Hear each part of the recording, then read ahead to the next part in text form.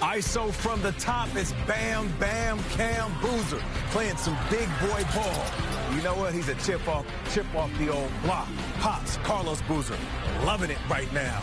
And Duke is moving on. They do it again. We have our first team of the night and 5th overall into this year's Elite Eight for the 3rd straight year.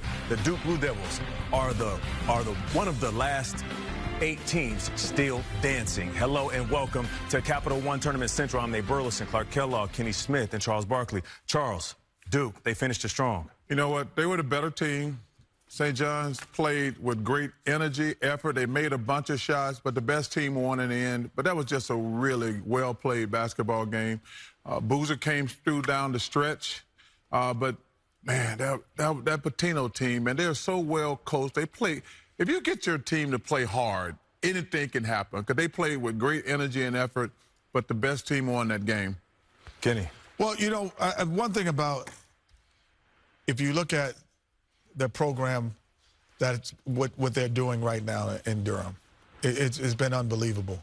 But I just want to kind of go backwards and talk about the Boozer kids. Okay. Because I've been watching them play basketball on AAU circuit since probably like 5th grade. I cannot remember anything that they haven't won. Every tournament that I have ever seen, and it's not just Cameron, because Caden these guys have won so much basketball from the summer times of AAU to their high school state championships.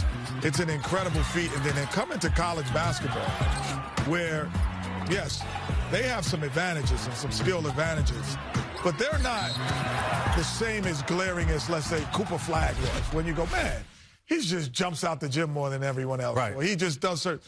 These guys, but they have a winning pedigree, and they make winning plays. Yep. There is a difference between making a great basketball play and making a great winning play. And those two guys have made great winning plays. And obviously, with the addition coming back of the point guard, Caleb Foster. With Foster coming back was a real catalyst. But those two guys have won a lot. I'm really going to start looking up how many games they've lost in the last 5 years. Well, it's going to be a short, and I'm even talking summertime. It's going to be a short exercise. Yeah, I don't know. I think I only have to use one hand. Oh, I bet. I might not only have to use one hand. Well, let's get to the highlights and show what this team. Don't forget about Isaiah Evans. He was the star of the game.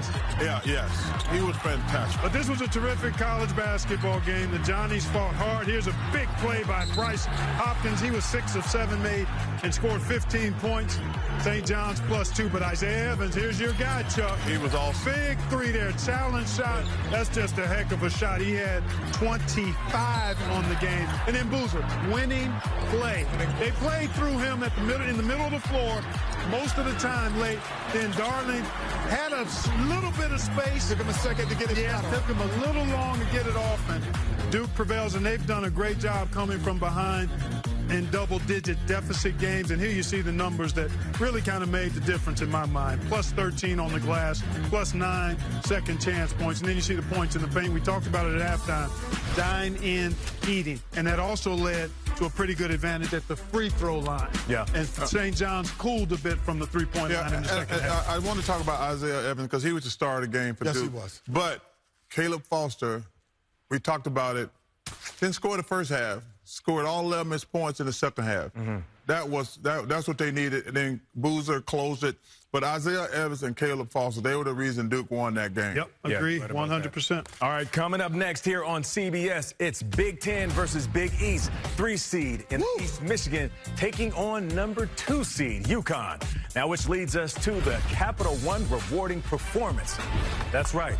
And since 1999, no team has cut down the nets more often than the Huskies with Dan Hurley, accounting for 2 of those 6 titles after winning back-to-back championships. You remember that in 23 and 24.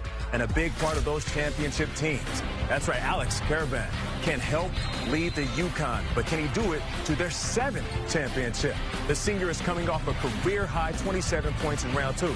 Capital One Tournament Central rolls on right after this.